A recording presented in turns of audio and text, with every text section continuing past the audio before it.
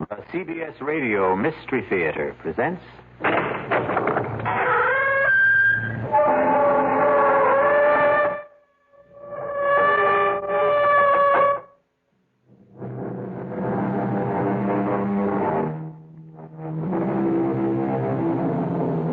Come in. Welcome. I'm E.G. Marshall. Welcome to the fear you can hear. Welcome to the world of terrifying imagination. It gives me a fiendish delight to invite you on a very unusual expedition. For in our tale to come, we are going to travel not to distant shores, not to outer space, but instead backwards in time. Time as the archaeologist knows it. The depths of time. Strange thing about archaeology, it seeks to understand life by the study of death. Can we try to uncover the rest of the body, Professor? Of course. Jimmy, get the 3 or 4 fellows to help you, and do it carefully.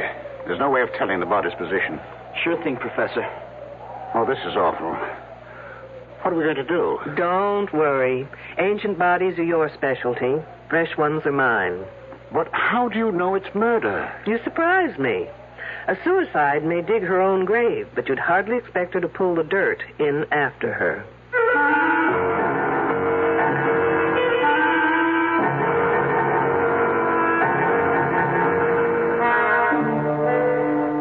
Our mystery drama, Dig Me Deadly, was written especially for the Mystery Theater by S.J. Wilson and stars Louise Larrabee.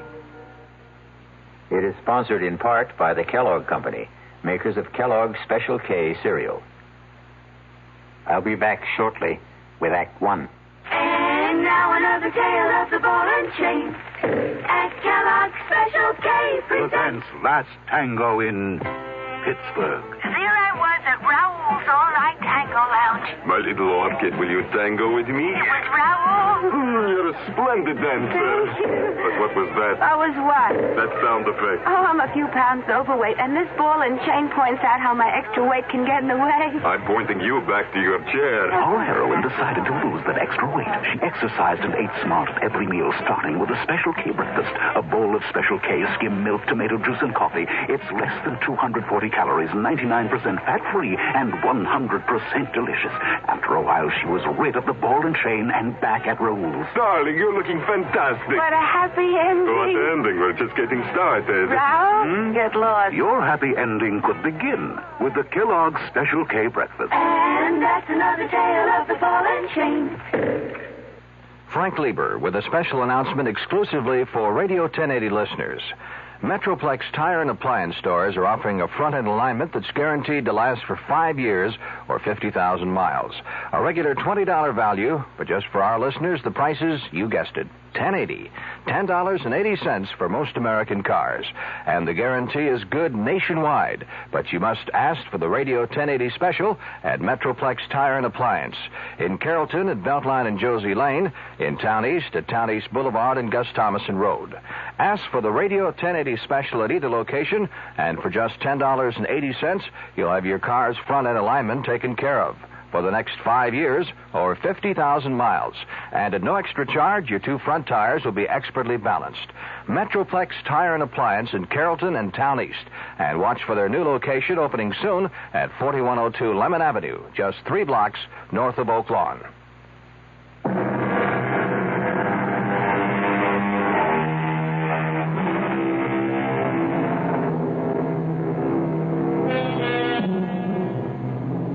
I know that death is no respecter of time. It often comes unbidden, unexpectedly, even fiercely and murderously. So, get your pith helmets, your sunglasses, your axes, shovels, and all the other paraphernalia you will need to join us in Dig Me Deadly. Young man, why aren't we on a road? Why do we have to cross the desert? Because it's the fastest way to where we're going, Detective Scrubshaw. Not Scrubshaw, Trubshaw. Trubshaw. Detective Claudia Trubshaw. And I bet your last toothpick, which I wish you'd take out of your mouth, that we're really crossing the Rocky Mountains. They're in Colorado. This is Arizona. I know it's Arizona, Sheriff Wiley. It's where I came to spend my vacation with my sister before you showed up with all your hornswoggling. Oh, ma'am, I did no such thing. Now, what else would you call it? I came here to get away from L.A. and all that smog and to breathe in the pure, fresh, clean air of Tucson. Now, thanks to you, I've got more sand in my mouth than the whole Sonora Desert. That's Mexico. This Arizona. I've got news for you. It's left Mexico and settled in my lungs. Now, do you mean to tell me that in the entire state of Arizona there isn't a police officer, anybody who can cover this case, that you had to drag me into this no-woman's land? Those are my orders, ma'am. But why would my boss in Los Angeles assign me to an Arizona case? Well, I guess he knew you were in the neighborhood. That makes as much sense as kissing one of those cactuses. They're called saguaros. Now stop changing the subject. Now, will you tell me where we are going? Like I said, west of Naco. Good for you. You have advanced to the next plateau. And why are we going there? Because that's where they're digging. Superb. Now, who are they? The kids that are digging. Wiley, did you ever have your IQ tested? Not since I know. Well, don't. It's probably lower than Death Valley. And I know that's in California. Now, why are they digging? For dead bodies, I think. Stop this car at once. Well, what's wrong, Detective? Now, I'm not riding another minute until you tell me what this is all about. Well, what more do you want to know? Why I'm sitting in this rolling junk heap on my way to West Naco or wherever. Well, there are these kids there. What kids? These kids from some school near L.A. Every summer they come, and they dig up things. They're supposed to be real old. In other words, students working on an archaeological dig. Never could pronounce that word. Forget the pronunciation. Just try and make some sense. Well, a few days ago, I am sitting in the sheriff's office when this here girl comes by. Excuse me. Sure, miss. Come on in. Is the sheriff here? Well, the truth is, there is no sheriff. Then who's in charge? Well, I guess I am. Sergeant Deputy Sheriff, you could say, and name is Wiley. I'm looking for help. That's why I'm here. What can I do for you? But you're not a real sheriff. Well, I don't get paid for it, but they give me the badge. Why don't you try me? I'm one of the students working at the Broadfields. The dig. Why don't you sit down? And there's some trouble there. And what kind of trouble? Well, that's just it. I can't tell exactly, but someone's following me. Wherever I go, I have the feeling someone right behind me or hiding and waiting to do something to me. Something terrible. Isn't there anyone in charge? Well, Professor Wilkerson, but he says I'm imagining things. Well, now, have you ever really seen anyone following you? No, but only the other day someone went through my bureau and my luggage. And are they messing? No, but things were all messed up. Now, what's your name? Rogers. Edith Rogers. Miss Rogers. Now, do you have any idea why somebody'd be tailing you or looking through your things? I think someone's trying to kill me. Kill you? Hey, that's serious. Why would anyone want to do that? Because they're afraid of me, scared of what I could do. Well, you don't look like you could trouble a horned toad. What are they scared of? Well, you see, no, I can't tell you. If they found out I came here, they'd do it faster. Anyway, you can't help me. Maybe nobody can. Wait a minute. Wait there.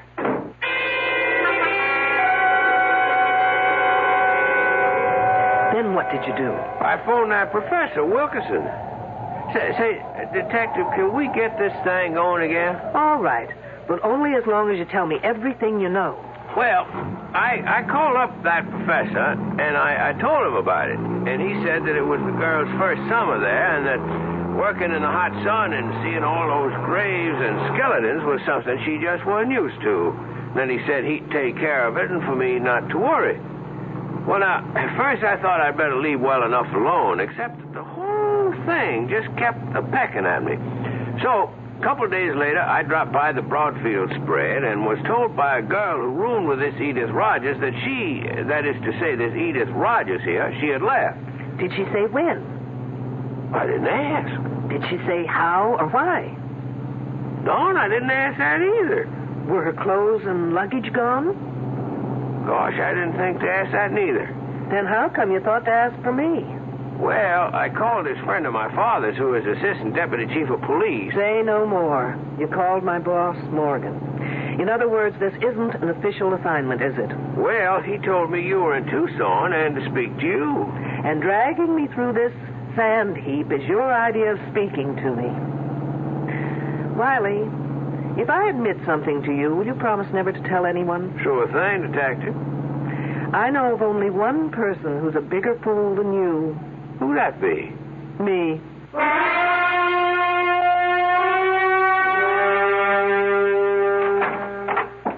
Detective Troopshaw? I'm Julian Wilkerson. One of the students tells me you'd like to see me. Only in an unofficial capacity, Professor. If you can be of assistance, fine. If not, I'll understand. Well, I'll try. Professor, this is Sheriff Wiley. Oh, yes. How do you do? Hi. What's it all about? The Rogers girl. I understand she's not here any longer. Yes. I knew that girl would be more trouble than it was worth to bring her out here. Then why was she here? Oh, she was thinking of archaeology as a major. You see, she apparently comes from a difficult home. She had nothing to occupy her this summer, and the dean asked me if we could fit her in. Try to make her feel she belongs to something. A group. Apparently it didn't work out. No. She moped a lot. Got depressed, suspicious. Felt she wasn't wanted. I did everything I could. I got two of the nicest girls to room with her. Now, who are they? Oh, Janine Boulanger, a French exchange student. Specializes in atomic physics. And Susan Lathrop, a straight-A student. Very outgoing, very bright. Were there, any young men? Yes, and I didn't like doing it, but I got Jimmy Trumbull to spend some of his free time with her. He's our prize. He's a brilliant fellow. We call him our Libby. Libby? Well, now that's a girl's name, eh? Wiley, you're famous for not asking questions. Why not live up to your reputation? Professor Libby developed the carbon-14 dating system. Oh, he did he? Yes. Anyway, Edith didn't take to the work or to anyone. It's no surprise that she just dropped out. Are her belongings still here? Well, I wouldn't know, but Susan would. She's in the specimen shed next door. Let me call her. Sue Lathrop. Yes, Professor? Well, can you come to my office for a minute? Wiley, why don't you do something constructive, like seeing if you can get me something to wash down this sandstorm I swallowed, thanks to you. Sure thing. Detective, anything special? Just something soft, wet, and cold, please. I'll be back in a minute. Oh, sorry, miss. I didn't mean to knock. Oh, that's all right. Susan, I'd like you to meet Detective Troopshaw. A detective? From the police? Yes, but not on official business. What for, then? I was wondering if Edith Rogers' belongings were still in her room. Oh, Edith. Oh, no. She took everything when she left. When was that? Oh, about 4 or maybe 5 days ago. I'm not sure. Do you have any idea why she left? Not really. She didn't tell anyone she was going, but then she just didn't get... Well, what can I say? Susan's trying to be discreet. The fact is, the girl just didn't belong. Did anyone notify her family? I know I didn't. We just assumed that she hitchhiked her way home, or perhaps to one of the youth communes around here. Then, at this point, we don't know if she left or disappeared. But what would make you think she disappeared? She went for help to what's supposed to be the local sheriff's office. She was frightened, thought she was being followed, that someone wanted to kill her. That's just like her. She was so silly, so romantic, always making up stories where so-and-so loved her madly and so-and-so was terribly jealous of her. And, of course, she was always at the top of the trying. I suppose we could phone her home and see if she got there. You fool! You stupid idiot fool! Come to Well, no call to get yourself all heated up. It's just an old arrowhead. That says radioactive area. Do not enter. Sounds like Wiley tried to get me a bottle of atomic soda pop. Oh, that's Janine. Let's see what the fuss is about. Now what, Wiley? Well, it beats me. I just picked up this here arrowhead in that shed, and she comes down on me like an eagle on a stray lamb. That is not an arrowhead, young fella. It's a spear point that happens to be about 12,000 years old. Trouble is, it's recently been through carbon-14 dating. That? Yes, and it may still be hot. Like an atom bomb? Hopefully, Wiley, you'll go up in a mushroom any minute. Oh, Professor, I am so sorry. Wally, just give that arrowhead to Janine. She's wearing protective gloves. And then follow her. She'll take you to the decontamination room. You'll probably be all right. Don't look so worried, Wiley. There's no chance of it affecting your brains. You sure now, Detective? Absolutely. Follow me, you goose, quickly. So that stone point is 12,000 years old. Yes. Well, that's as close as we can get within the margins given by C14. But Jimmy is now working with radioactive potassium, which can give us an earlier reading. I thought 10,000 to 15,000 was about the earliest records we have of man on this continent. Well, we've got some surprises in store. Not only for you, Detective, but for the world. Really? Care to give me a clue? I already have. I filed that one away. Which one? With C14, you can date back some 50,000 years, but with potassium, you can go back to at least 1 million years, right? Yes, that was the clue. Interesting. What are you hoping for? It's no longer a hope, Detective. But you'll have to be patient and wait until we release our reports. What's that all about? I don't know. The kids seem to be heading for the northwestern bridge. I've got to go. I'll bet it's Wiley again. Nothing like this has happened before. Nothing like Wiley has happened before. Susan, do you know what's happening? No, Professor, but it's something exciting. Maybe a new find. I hope they didn't have to dig as much sand as I've got in my shoes. I'll catch up with you. Hi, Detective, aren't you coming? Someone screamed. Riley, where have you been? I've been in that shed with that French refrigerator. I need your shoulder. Well, what for? To lean on so I can get the Sahara out of my shoes. Okay, but you better hurry. Riley, no matter what has happened up there, you've got to do something for me. What's that? In that shed, can you remember what you saw there? Pretty much. Then listen carefully.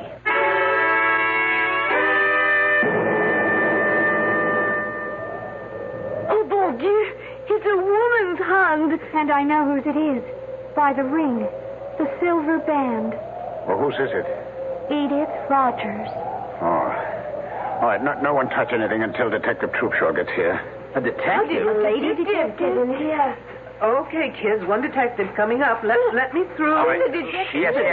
Let the detective through, please. Well, from the looks of it, here's a lady who definitely needs a hand. Who found her? I did. And who are you? James Trumbull. I told you about him, remember? Oh, yes, you're Libby, as you call him. Yes. But there doesn't seem to be any digging around here. Is this the way you found her? Just one hand sticking out of the sand? No. I was on my way to the datum point to figure out what the next grid would be when I passed this place and noticed that someone had been digging around here. The sand wasn't as flat as the surrounding area and not as compact. So I began to brush away the top layer until I uncovered this one hand. Professor, have I your permission to supervise this matter until I get official regulations? Well, yes, of course. Thanks. Has anyone been able to identify the hand? Susan, she said it is Edith Rogers. What makes you think that? The silver band. I was with her when she bought it in town a couple of weeks ago. She bought a silver wedding band? I asked her why, and she said she expected to be married very soon. It just sounded like one of her crazy stories, so I forgot about it. I see. Well, rings have been known to change fingers. Can we try and uncover the rest of the body? Of course. Jimmy, get 3 or 4 fellows to help you. Do it carefully, please. There's no way of telling the body's position. Sure thing, Professor. Oh, this is awful. What are we going to do? Don't worry, Professor. Ancient bodies are your specialty. Fresh ones are mine. Yes, but this is liable to stop our work. This place will be crawling with police, newsmen, television crews, what all. Really? Why? Isn't murder a little too common to rate that kind of attention? But how do you know it is murder? Miss Lathrop, you surprise me. A suicide may dig her own grave, but you'd hardly expect her to pull the dirt in after her. Pit's very shallow, Professor. I don't think we should use shovels. Shall we use the brushes from here? Sure, but let's get a move on, eh? Ah!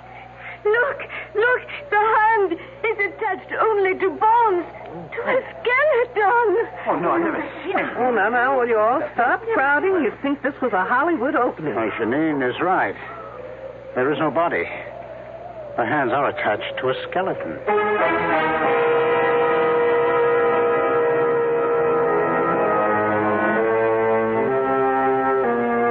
Fully fleshed hands attached to a body that is nothing more than bones. A skeleton. You know, Mother Earth is very miserly about giving up her secrets. But little by little, man has dug them out of her. But never before has there been this kind of puzzle, in which the hands belong to the present and the body to the past. We'll be back shortly with Act Two. Hi, I'm Hal Linden. There's a lot of talk these days about America's energy crisis. Talk about doing without heat, about doing without our cars, about what's going to happen if we run out of fuel. Well, we may not have to run out of fuel if we all work together to conserve the fuel we have. That means turning your thermostats down to 68 degrees during the day and turning them down to 60 at night. It means turning off lights, TV sets, and electrical appliances the minute we're finished with them. It means driving no faster than 50, starting or joining carpools, avoiding the kind of stop-and-go motoring that eats up gas by the gallon.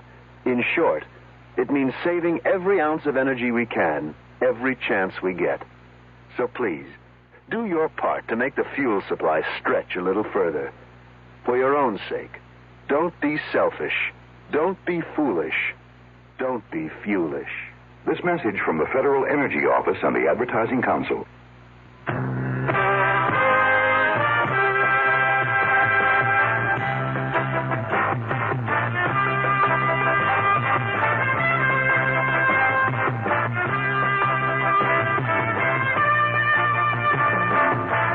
You don't just make a profit in the beef business.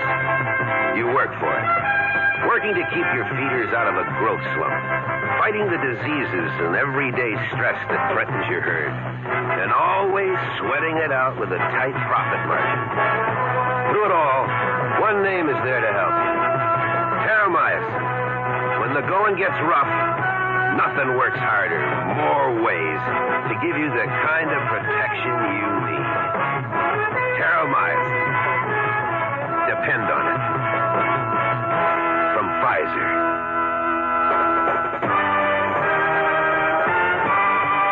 More for growth and health.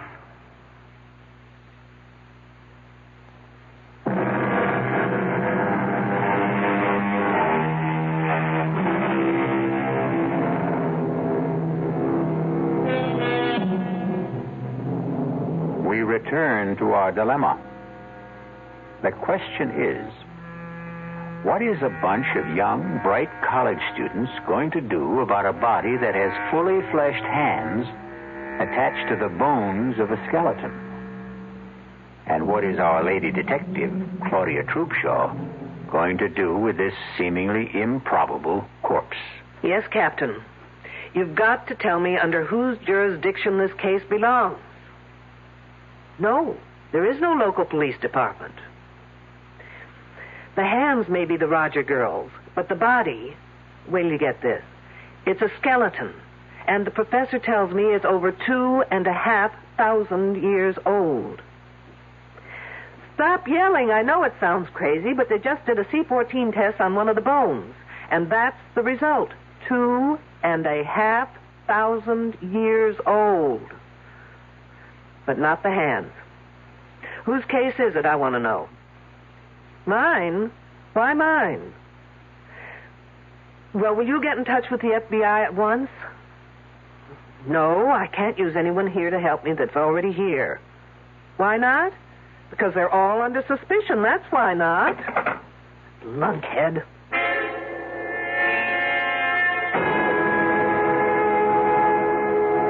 It's nice of you, Miss Boulanger, to take time off to have this little talk with me. Professor Wilkerson said I should answer all your questions to the best that I can. Do you always do what Professor Wilkerson asks? Oh, yes, he is a marvelous man. He is so brilliant. I'm sure. Tell me, do you have many friends among the other students? I don't think so. Not even Jimmy Trumbull? Oh, he is nice, but he is such a little boy. And the others? I am afraid they're all too jealous. Do you know why? Oh, they think that the professor treats me like a favorite. Well, does he? Of course not. But I have studied all this and done it in France before, so I know it very well. And they do not. I think I understand. This body we found, you've seen it? I could not bear to look. Oh, but you did. Now tell me, in all your work, both here and in France, have you ever seen anything like it? No, absolutely not. And you couldn't explain how two perfectly fleshed hands could be attached to a prehistoric skeleton? It's against all possibilities. What did you think of Edith Rogers? She was very unfortunate. In what way? Oh, she so badly needed some kind of an attachment. With a boy, I mean. And I think she almost found it. But then that Susan Lathrop got in the way and kept it from happening. How do you mean? Oh, I don't like talking gossip. But Edith Rogers liked very much this Jimmy Trumbull. But that Susan, who blows hot one day and cold the next, makes up her mind that Jimmy is her property. And she says to that Rogers girl she should stay off her property. Anything else, Janine? No. That is all. Thank you. You've been very helpful.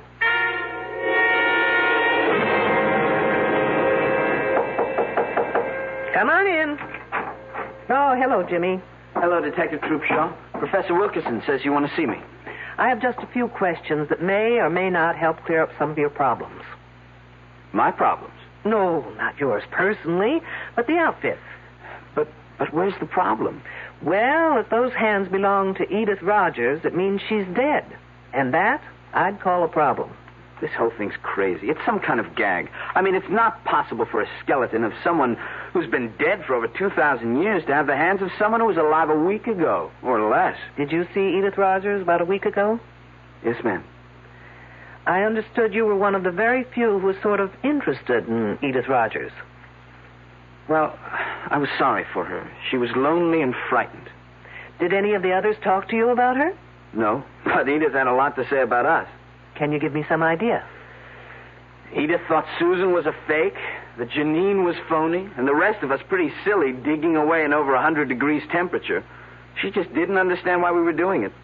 Didn't that make you wonder what she was doing here? Oh, sure. But she was lonely, and she would have done anything to be anywhere. Oh, say, I almost forgot.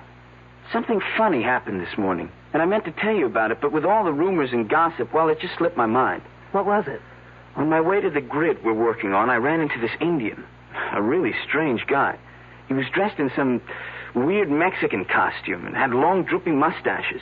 And he asked me in this queer accent if I knew where Minnehaha was buried. Minnehaha? Was he kidding? Who knows? When I told him I didn't know, he became very sad. And he said his name was Tepexpan, and that his wife had died 10,000 years ago. Tepexpan, no less. The name's sort of familiar. Oh, come on, Jimmy. Even I know that for years the Tepexpan man was considered the earliest specimen of man found in the United States. Oh, of course. What else did he say? Now, let's see. Oh, I wrote it down here. Here it is. He said, "She who seeks shall find the answers in her mind if she can find the man that is called Tepexpan." You're putting me on. No, I'm not, honestly. And then he said that she would find the star of Tepexpan in the south of Tuxpan. Can I have that paper, Jimmy? Of course. Thanks. Tepexpan, my foot.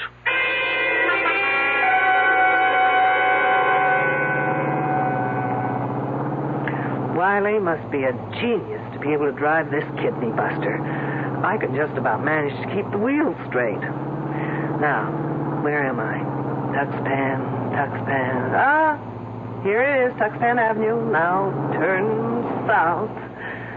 How am I supposed to find the building? The Star of Tuxpan. Ah, lo and behold, a building with a star over the door.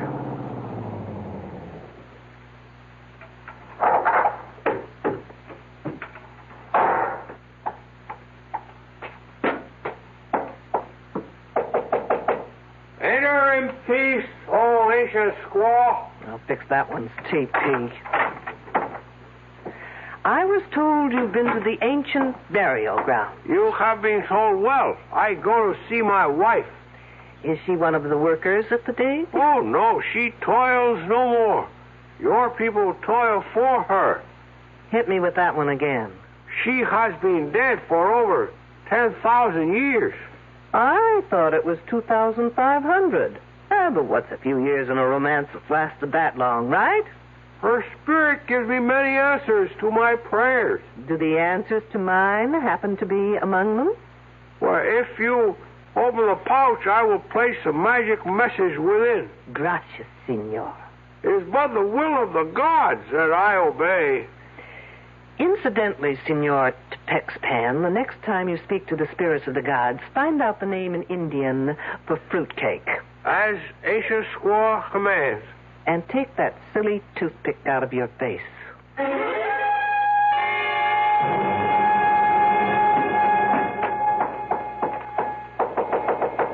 Who's there?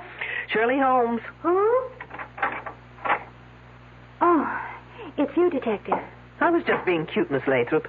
Shirley, Sherlock Holmes, get it? What's there to get cute about? I see you're packing. I'm leaving. I'm sorry, Miss Lathrop, but you're not going anywhere. Why not? Because everyone stays put until I get the answers to a thing or two. Such as? If the body we found yesterday was Edith Rogers... I told you it has to be Edith. They are her hands. Attached to a prehistoric skeleton. I don't care what the radiocarbon dating says. I was with her when she bought that wedding band. She didn't say anything about when she planned to get married. No. And you didn't ask? I thought she was clowning. So she impressed you as the sort of person who would clown about getting married? I guess she wasn't old-fashioned enough to be serious about it. But most of the girls here aren't into things like getting married. We don't have such hang-ups. And Edith Rogers was a square. Very square. You must have found it a bore to room with her. Frankly, she was a bit of a drag. How did Janine get along with her? They hardly spoke to each other. Because of Wilkerson? How did you know? Do you think either of them got anywhere with him? Janine was making points. Not that she's so hot, but her father's an important politician in France, and Wilkerson is impressed by that sort of thing. Ambitious, eh? Even at his age. Oh, come on, Miss Lathrop. He's not that old. Old enough to have a son who's in college. As a matter of fact, it was good old Edith Rogers who told me that. Did she tell you anything else? Nothing important. Have you ever seen anything like that body before? Never. Think hard. Maybe an experiment done on an animal in a lab or in the dating shed? No. Besides, I'm not allowed in the shed. Why not? I don't get to work on dating until next term. Oh, I guess I'll have to take my own advanced course with Professor Wilkerson. That's Janine. I was waiting for the second moccasin to drop. Let's go.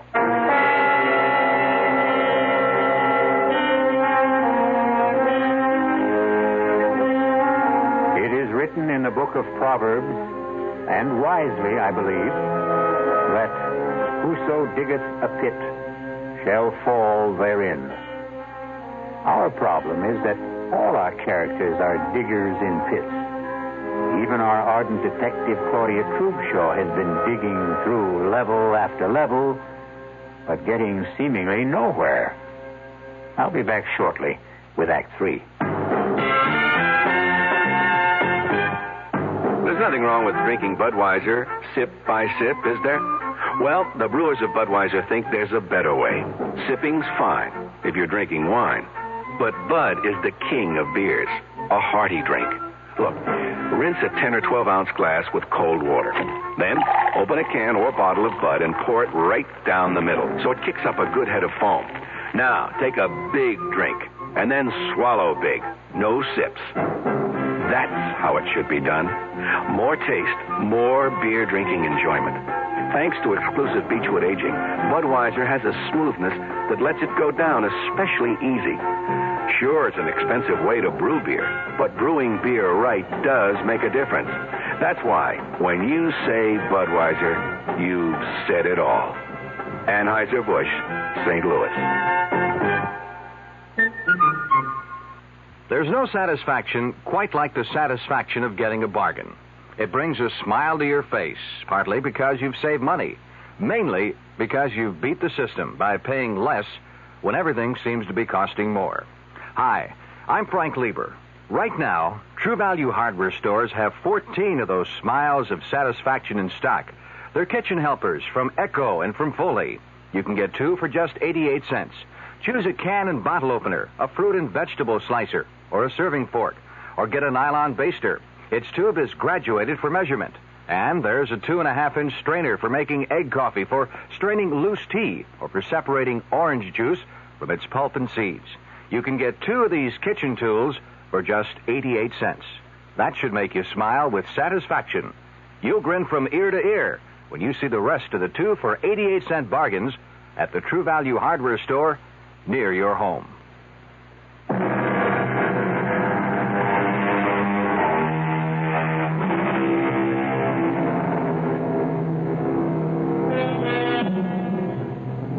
Do you realize that the gunshot we heard at the end of the second act was the first time anyone has used a conventional weapon in our story? Well, gunshots may not only be used to signify someone's end, they may also be fired to start something. Isn't that typical of a woman? She calls for help but doesn't bother to tell where she needs it. It sounded far away. Maybe from the northern grid section. You mean where the body was found? Yes. What could anyone be doing out there? Looking for clues? Or maybe hiding. Well, why didn't I think of that? I don't know. I heard you. There's our man. You mean Professor Wilkerson? Yes. Hey, Professor. There, Detective, over here. There he is. He turned on his flash. Professor, hold it a minute. Let me catch my breath. Did you hear Janine call? No, I was covering grid S42. We were working late there. Are you sure it was Janine? Pretty much, unless someone's imitating her accent. We don't know from where she called. I think it came from that north grid. First we heard what may have been a gunshot, and then we heard La Belle Janine calling for help. Hey, has everyone around here gone bananas? They say they heard a gunshot. Detective Troopshaw says Janine cried for help. And where were you, Mr. Trumbull? In the barracks, doing some research. Well, anyway, the detective thinks that Janine is locked in somewhere. Well, how about the lab shed? A thinker in the tank. Come on. Who has the key to the shed? I do, but you'll have to wait out here. What for? I'll have to go in first to check on possible radioactivity inside. Just 1 second, Professor. Janine? Janine, are you in there?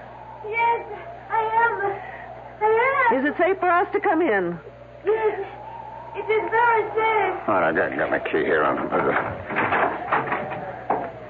Oh, Professor. That girl faints easier than I can think. Janine, are you all right? Don't ask her. She'll say no. Get her back inside. Now, for the rest of you, please, stay out here. Don't go anywhere, anyone. Still planning to leave, Susan? She wouldn't let me. Besides, what difference would it make to you if I did? I'm just being friendly. Isn't it a little too late? What do you mean? Well, now that Edith Rogers is dead, do you think I'd be waiting around to catch you on the rebound? Look, I was just being kind to her. Kind? Isn't there a phrase about someone being killed with kindness? What are you getting at? Now listen, James Trumbull. Because Edith Rogers was a fool doesn't mean all girls are. No one ever said you were. Look, the only reason I took her out a couple of times was because the professor asked me to. Aren't you the obedient student? What professors say, Jimmy do. I don't know how else I can convince you. You can't. And if I were you, I wouldn't try. Look, you can count on my being fair and keeping quiet. I'm not out for revenge. But I'm also not about to stick my neck out for anyone, including you. I still don't know what you're getting at. I'm getting at who killed Edith Rogers.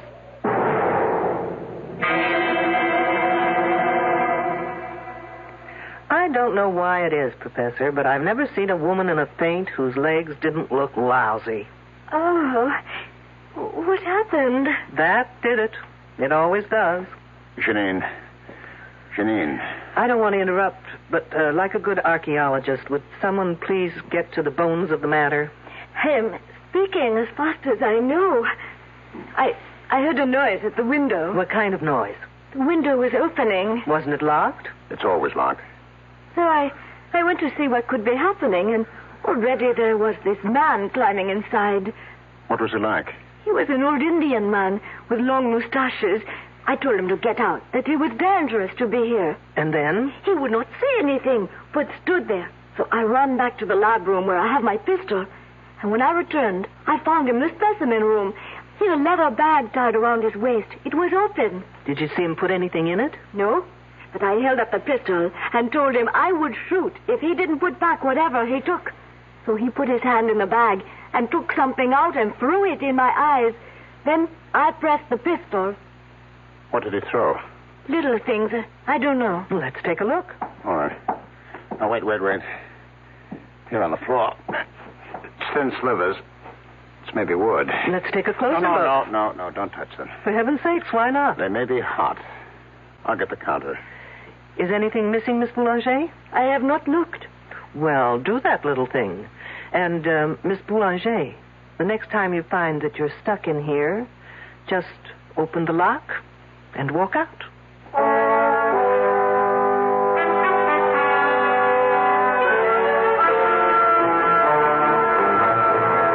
Okay, folks, time has come to stop playing games. What kind of games? The game where one hand washes the other. Now, since you've got seniority, Professor, we'll start with you. What kind of a game could I possibly be playing? Well, as a professor, you're a great show. As a poker player, you're stupid. Oh, really? You don't know how to bluff. Remember how you insisted that spear point Wiley took from the shed had to be radioactive? Well, you were lying. How dare you? When it comes to the truth, Professor, I'm very daring.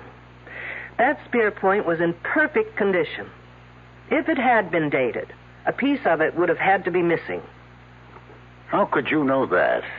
What do you think they teach us at the police academy? Home economics? Now, putting it simply, the less carbon-14 in an object, the older it is, right? That is correct. And the older, the more valuable. Sure, that's what we're here for. To find evidence leading back to the first human being in America. And when you can't find it? Well, then you can fake it, can't you?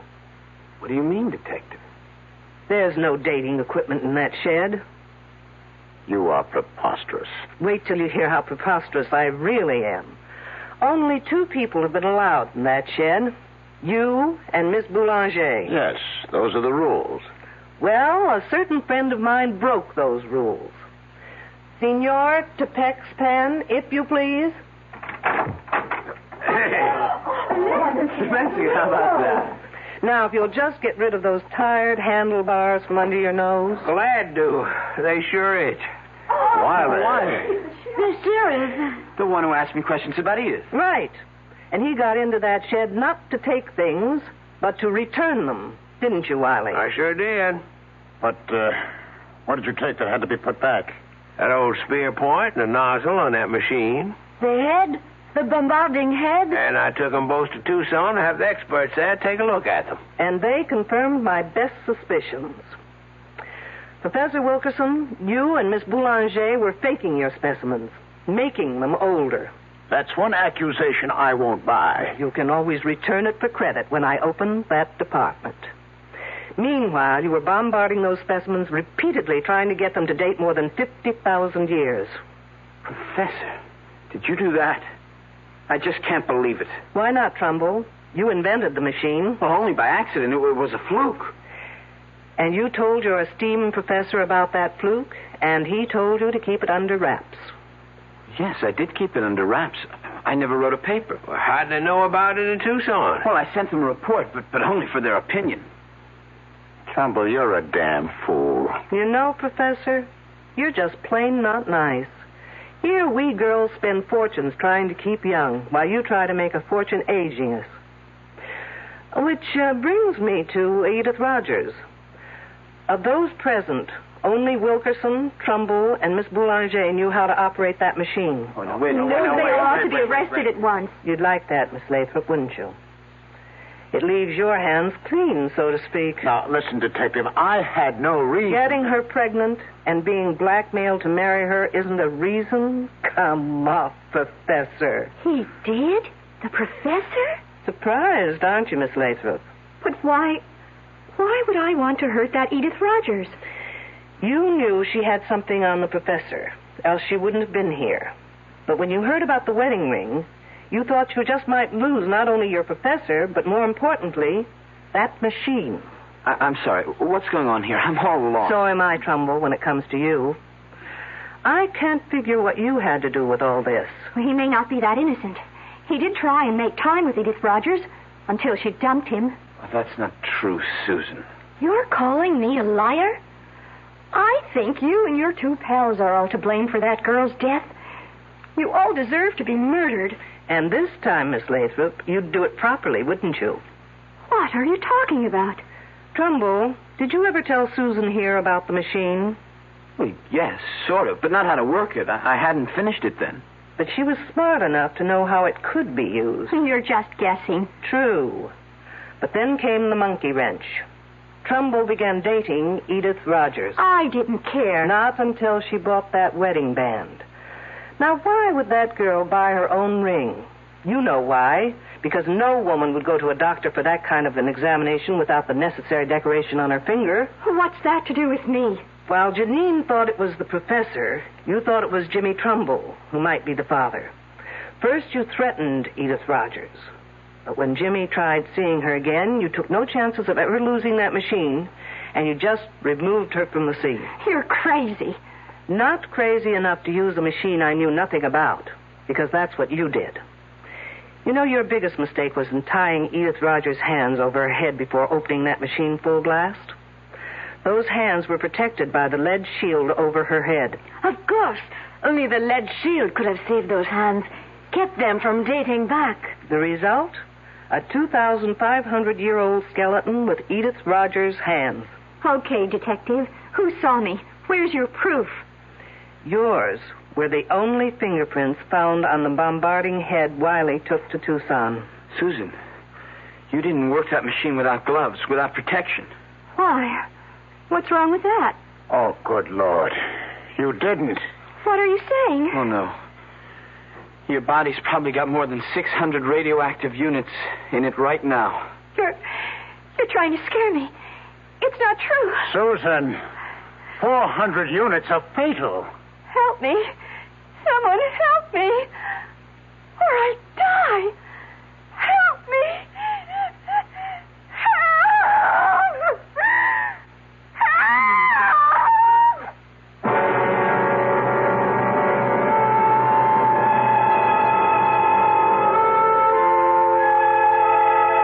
Obviously, Miss Susan Lathrop got a dose of the same medicine she gave Edith Rogers. Except in her case, its effects will be much slower and very much more painful. Sad. Very sad. But it will save the state a great deal of money. I'll be back shortly. Well, it's all right to tell one lie, isn't it? You can't. Then how about lying just a little bit? Not a little bit. You mean you can never lie? Never. Well, why not?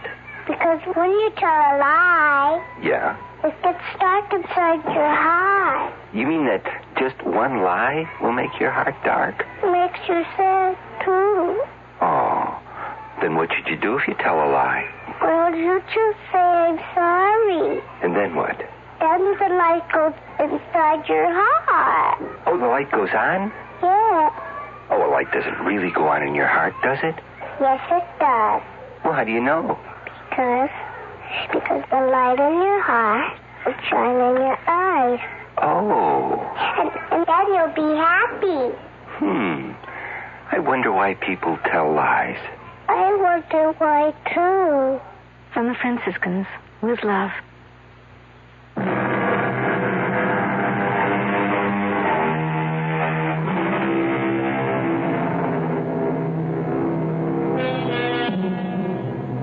Here's a little thought to take to sleep with you.